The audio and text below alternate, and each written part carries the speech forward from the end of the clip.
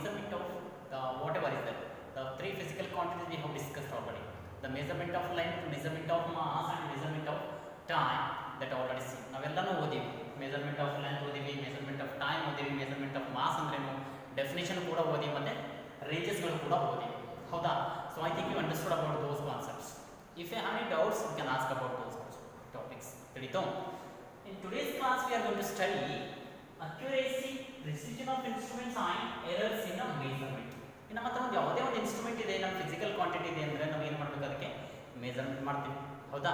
So measurement ಮಾಡೋ ಹೊತ್ತಿಗೆ ಅದರದ್ದು ಮೂರು ವ್ಯಾಲ್ಯೂಗಳು ಅಂದರೆ ತ್ರೀ ಟರ್ಮ್ಸ್ ಅಂತ ಹೇಳ್ಬೋದು. ತ್ರೀ ಟರ್ಮ್ಸ್ಗಳನ್ನು ನಾವು ಅಬ್ಸರ್ವ್ ಮಾಡಬೇಕಿಲ್ಲ, ಅದ್ರ ಮೀನಿಂಗ್ಗಳನ್ನು ಓದ್ತಾ ಇದ್ದೀವಿ. ಹೌದಾ? ಸೊ ಒನ್ ಈಸ್ ಅಕ್ಯುರೇಸಿ, ಹೌದಾ, ಇನ್ನೊಂದು precision here, another one is errors in a measurement. So measurement ಮಾಡೋ ಹೊತ್ತಿಗೆ ಮೂರುಗಳನ್ನು ನಾವು ನೋಡಬೇಕಾಗುತ್ತೆ. ನಮ್ಗೆ ಗೊತ್ತಿಲ್ಲ, ನಾವು ಮಾಡ್ತಾ ಇದ್ದೀವಿ ಬಟ್ ನಮ್ಗೆ ಗೊತ್ತಿಲ್ಲ, ಬಟ್ ನಾವು ಇವತ್ತಿನ ಕ್ಲಾಸ್ನಲ್ಲಿ ಇದು ನಮಗೆ ಗೊತ್ತಾಗುತ್ತೆ. ತಿಳಿತು? So what you mean by accuracy? Accuracy ಅಂದ್ರೆ ಏನು? ಸೊ ಅದನ್ನು ಮೊದಲು ಗೊತ್ತವ. ಅಕ್ಯುರೇಸಿ ಅಂದ್ರೆ ಅಕ್ಯುರೇಟ್ ವ್ಯಾಲ್ಯೂ ಅನ್ನ, ಅಂದ್ರೆ ಅಕ್ಯುರೇಟ್ ಮೆಜರ್ಮೆಂಟ್ ಮಾಡಿದ್ರೆ, ಸಪೋಸ್ 5 kg ಮೆಜರ್ ಮಾಡಿದೆ ಅಂದ್ರೆ 5 kg ಅನ್ನ. ತಿಳಿತು? So accurate is nothing but accuracy is nothing but the measurement of the value. It is nearly equal to or the closeness value to the true value. ಇಲ್ಲಿ true value ಅಂದ್ರೆ ಏನು? ಯಾವ value fix ಇರ್ತದಲ್ಲ ಅದಕ್ಕೆ. ತಿಳಿತು? Suppose ನಾವು 5 kg measurement ಮಾಡೋದು ಅಂತ ಹೇಳ್ಕೊಳ್ಳಿ. ಹೌದಾ? ಸೊ 5 kg ಮೆಜರ್ಮೆಂಟ್ ಮಾಡೋ ಹೊತ್ತಿಗೆ 5 kg ಅಕ್ಕಿ ನಮ್ಮ 5 kg ಅಂತ ಆನ್ ಅಂದ್ರೆ 5 kg is nothing but what here? It is a true value. ಹೌದಾ? ಸೊ ಟ್ರೂ ವ್ಯಾಲ್ಯೂ ಅಂದ್ರೆ ಮೆಜರ್ಮೆಂಟ್ ಮಾಡೋ ಹೊತ್ತಿಗೆ ನಾವು ಎಷ್ಟು ಮಾಡಬೇಕೀಗ? 5 kg ನೇ ಮಾಡಬೇಕು. ತಿಳಿತು?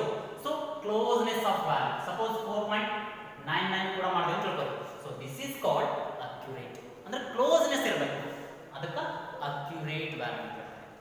ತಿಳಿತು? ನಾವು ಒನ್ ಮೋರ್ ಇದೆ ಪ್ರಿಸಿಷನ್.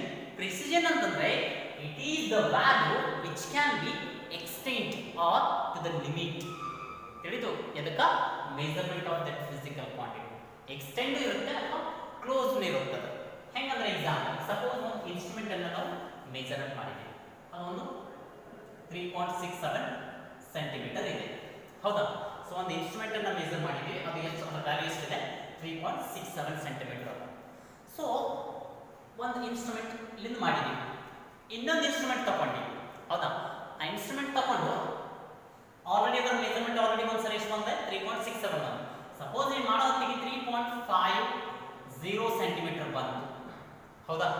ಸೊ ಇದು ಇನ್ನೊಂದು ವ್ಯಾಲ್ಯೂ. ಸಪೋಸ್ ಇನ್ನೊಂದು ಸಲ ಮೆಜರ್ಮೆಂಟ್ ಮಾಡ್ತೀರಿ, 3.38 ಬಂತು. ಹೌದಾ? ಸೊ ಇದು ಆಲ್ರೆಡಿ ನಮ್ಮ ಟ್ರೂ ವ್ಯಾಲ್ಯೂ ಇದೆ, ಇದು ಫಿಕ್ಸ್ ಆಲ್ರೆಡಿ. ಹೌದಾ? This is our true value. ನಮ್ದು ಇದು ವ್ಯಾಲ್ಯೂ ಇಷ್ಟಿದೆ, ಇಷ್ಟು ಬರಬೇಕು, ಬಟ್ ಎಷ್ಟು ಬಂತು? 3.50 ಬಂತು. ಇನ್ನೊಂದು ಸಲ ಮೆಜರ್ಮೆಂಟ್ ಮಾಡಿದ್ವಿ, 3.38 ಬಂತು. ಬಟ್ ಇವೆರಡರಲ್ಲಿ ಯಾವ್ದು ಸೆಲೆಕ್ಟ್ ಮಾಡ್ತೀವಿ? ಇದು ಸೆಲೆಕ್ಟ್ ಮಾಡ್ತೀವಿ, ಯಾಕಂದ್ರೆ ಇದು very close to this 3.67 nearest ಆಗುತ್ತೆ ಇದು. ಸೊ ಡೆಫಿನೇಷನ್ ಹೆಂಗೆ ಹೇಳಬೇಕು? The precision of a instrument or physical quantity is defined as the limit or to which the limit it can be limit or to extend the value for the measurement of that physical quantity. ತಿಳಿತಾ? Accuracy ಅಂದ್ರೆ accurate value. ತಿಳಿತು? The closeness of true value ನಾವು accuracy ಅಂತ ಕರೀತೀವಿ. ಇದು limit R extend. Limit ನ ಅಲ್ಲಿ limit ಅಂದ್ರೆ ಅಲ್ಲಿ ತನಕ ಇರಬೇಕು ಅಥವಾ ಎಕ್ಸ್ಟೆಂಡ್ ಮಾಡಬಹುದು. ಇಲ್ಲಿ ನೋಡಿ, ಲಿಮಿಟ್ ಇಲ್ಲಿ ತನಕ ಅಂದ್ರೆ ಇಲ್ಲಿ ಎಕ್ಸ್ಟೆಂಡ್ ಮಾಡಬಹುದು. ತಿಳಿಯಿತು? So that is called the precision of instruments. And one more ನಾ ಎರರ್ಸ್. ಇದು ಬಹಳ ಇದೆ ಕಾನ್ಸೆಪ್ಟ್. ತಿಳಿತು? ಸೊ ಎರರ್ಸ್ ನಲ್ಲಿ ಎರರ್ ಅಂದ್ರೆ ನಿಮಗೆ ಡೆಫಿನೇಷನ್ ಗೊತ್ತಿದೆ. ಎರರ್ ಅಂದ್ರೆ errors definition. Error ಅಂದ್ರೆ error means it is the difference between error. error ಅಂದ್ರೆ ಏನೋ ಎರರ್ ಬರ್ತಾ ಇದೆ ಅಂತ ಅಂತೀವಲ್ಲ, ಸೊ ಅದೇ ಎರರ್. ಎರರ್ ಎದರಲ್ಲಿ ಅಂದ್ರೆ ಇನ್ಸ್ಟ್ರೂಮೆಂಟ್ಗಳಲ್ಲಿ ಎರರ್. ಒಂದು 5 kg ತೂಕ ಮಾಡಕ್ಕಿಸ್ತೀವಿ ನಾವು. ಹೌದಾ? ಸೊ ಹೆಚ್ಚಾ ಕಡಿಮೆ ಮಾಡ್ತಾರಲ್ಲ ಅವರು, ಸೊ ಅದಕ್ಕೆ ನಾವು ಎರರ್ ಅಂತ ಕರಿತೀವಿ. 5 kg ಮಾಡಕ್ಕಿಸ್ತೀರಾ 5.01 ಅಂತ ಹೇಳಿ ಮಾಡ್ಬೋದು ಅವರು. ಹೌದಾ? ಸೊ ಅದು error. That is called error. Error ಬರಬಾರ್ದು, 5 kg ನೇ ಬರಬೇಕು. ಅಂದ್ರೆ ಎರರ್ ಏನು ಡಿಫೈನ್ ಮಾಡ್ಬೋದು ಅಂದ್ರೆ error is the difference between two values. One is true value true value minus observed value. Observed value ಅಂತಂದ್ರೆ ಇನ್ನೊಂದು ಏನು ಹೇಳ್ಬೋದು, ಮೆಜರ್ಡ್ ವ್ಯಾಲ್ಯೂ ಅಂತ ಹೇಳ್ಬೋದು. ತಿಳಿತು? ಇದು ಫಿಕ್ಸ್ ಇರುತ್ತೆ, ಟ್ರೂ ವ್ಯಾಲ್ಯೂ ಜಾಸ್ತಿ ಇರುತ್ತೆ. ನಮಗೆ 5 kg ಬೇಕಾಗಿರೋದು 5 kg fix true value. Observe ಅಂದ್ರೆ ತೂಕ ಮಾಡೋ ಹೊತ್ತಿಗೆ ನಾವು ಏನು ಅಬ್ಸರ್ವ್ ಮಾಡ್ತೀವಲ್ಲ ಅದು, ಅದ್ರಾಗ ಅದು ಮೈನಸ್ ಮಾಡಿದ್ರೆ ಎಷ್ಟೇ ಬರಲಿ, ಸಪೋಸ್ 5 kg ತೂಕ ಮಾಡೋ ಹೊತ್ತಿಗೆ 5 kg ನೇ ಅಬ್ಸರ್ವ್ ಮಾಡಿದ್ವಿ ಅಂದ್ರೆ ಎರರ್ ಎಷ್ಟು ಇರುತ್ತೆ, 0. ತಿಳಿತು? ಬಟ್ ಹಂಗ ಆಗಲ್ಲ, ಎಷ್ಟಾದ್ರೂ ಎರರ್ ಇದ್ದೇ ಇರುತ್ತೆ. ಇನ್ಸ್ಟ್ರೂಮೆಂಟ್ ಗಳಲ್ಲಿ ಎರರ್ ಇದ್ದೇ ಇರುತ್ತೆ. ವಾಟ್ ಎವರ್ ಇನ್ಸ್ಟ್ರೂಮೆಂಟ್ಸ್ ಟೇಕ್, ಯಾವುದೇ ಇನ್ಸ್ಟ್ರೂಮೆಂಟ್ ತಗೊಳ್ಳಿ ನೀವು, ಹೌದಾ, ಅಲ್ಲಿ ಎರರ್ ಇದ್ದೇ ಇರುತ್ತೆ.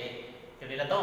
So that is called errors. Error definition define ಮಾಡಬಹುದು, the difference between the true value and the observed value is going to call as error of that instrument. ತಿಳಿಲತ್ತೋ? ಇಲ್ಲ ಬಹಳಷ್ಟು ಟೈಪ್ಸ್ ಇದಾವೆ, ಹೌದಾ. ನಾವು ಇವತ್ತೆರಡು ಪಾಯಿಂಟ್ ಖಾಲಿ ಇದರ ಪ್ರಕಾರಗಳನ್ನು ನೋಡೋಣ. ಒಂದೇದು ಏನಿದೆ, here 2 types. One is systematic error, ಇನ್ನೊಂದು ಏನಿದೆ ರ್ಯಾಂಡಮ್ ಎರರ್. ತಿಳಿಲತ್ತೋ? ಸೊ ಇಲ್ಲಿ ಎರಡು ಟೈಪ್ ಇದಾವೆ. ಎರರ್ ಡೆಫಿನೇಷನ್ ಗೊತ್ತಾಯ್ತು, the difference between true value and observed value, ಅದನ್ನು ನಾವು ಎರರ್ಸ್ ಅಂತ ಹೇಳ್ತೀವಿ.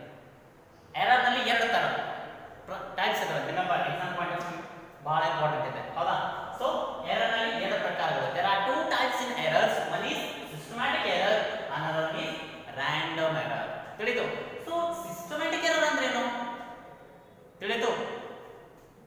ಈ ಎರರ್ ಹೆಂಗಾಗುತ್ತೆ ಅಂತಂದ್ರೆ, the error which can be observed, the error which occurred ಹೆಂಗ್ ಕಾಣಿಸುತ್ತೆ ಅಂದ್ರೆ ಡೆಫಿನೆಟ್ ಪ್ಯಾಟರ್ನ್ ಮುಖಾಂತರ ಕಾಣಿಸುತ್ತೆ. ಸೊ ಹೆಂಗ ಅಂತಂದ್ರೆ, ಆ ಎರರ್ ಹೆಂಗ್ ಡಿಫೈನ್ ಮಾಡಬಹುದು ಅಂತಂದ್ರೆ, ಹೆಂಗ ಅಂತ ತಿಳ್ಕೊಬೇಕು ಅಂತಂದ್ರೆ, ಸೊ ಒಂದು ವೋಲ್ಟ್ ಮೀಟರ್ ಇದೆ ಸಪೋಸ್ ಅಂತ ತಿಳ್ಕೊಳ್ಳಿ. ವೋಲ್ಟ್ ಮೀಟರ್ ರೀಡಿಂಗ್ ಎಷ್ಟು ತೋರಿಸಬೇಕು ಅನ್ನೋ ಕನೆಕ್ಷನ್ ಇಲ್ಲದೆ, suppose if volt meter is sowing 1 volt ಅಂತ ತಿಳ್ಕೊಳ್ಳಿ ನಾವು. ತಿಳಿತು? ಸೊ ಕನೆಕ್ಷನ್ ಇಲ್ಲದೆ 1 ವೋಲ್ಟ್ ತೋರಿಸ್ತಾ ಇದೆ ಅಂತಂದ್ರೆ ಮೀನಿಂಗ್ ಅದು 0 ತೋರಿಸಬೇಕು.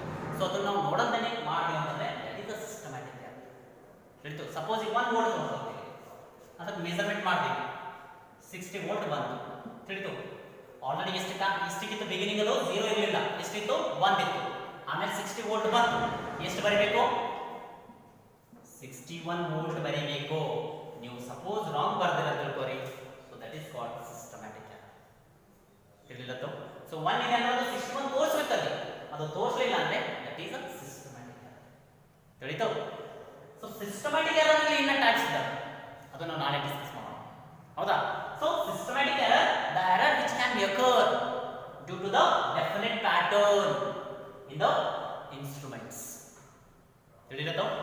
ರ್ಯಾಂಡಮ್ ಎರರ್ ಅಂದ್ರೆ the error which can be occur by chance, ಹೆಂಗೋ ಬರ್ತಾವ, ನಮ್ಗೆ ಗೊತ್ತಿಲ್ಲದಂಗೆ ಬರ್ತಾವ, ಅದಕ್ಕೆ ನಾವು ರ್ಯಾಂಡಮ್ ಎರರ್ಸ್ ಅಂತ ಕರೀತೀವಿ. ಬಟ್ ಸಿಸ್ಟಮ್ಯಾಟಿಕ್ ಎರರ್ ನಮ್ಗೆ ಗೊತ್ತಿದ್ದು ನಾವು ಮಿಸ್ಟೇಕ್ ಮಾಡೋದನ್ನ systematic error.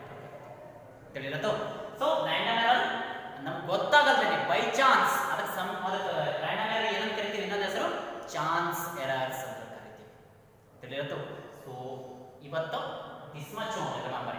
In tomorrow's class we will discuss detail में पढ़ेंगे क्या सिस्टमैटिक ಎರರ್ ಅಂದ್ರೆ ಏನು, ಅದರಲ್ಲಿ ಟೈಪ್ಸ್ ಗಳು ಕೂಡ, ಹೌದಾ. ಇನ್ನು ಎರರ್ ಬಗ್ಗೆ ಡಿಸ್ಕಷನ್ ಇದೆ, ಬಹಳ concept. Just definition of accuracy remember, precision of instruments remember it, definition ಅಷ್ಟೇ, ಹೌದಾ.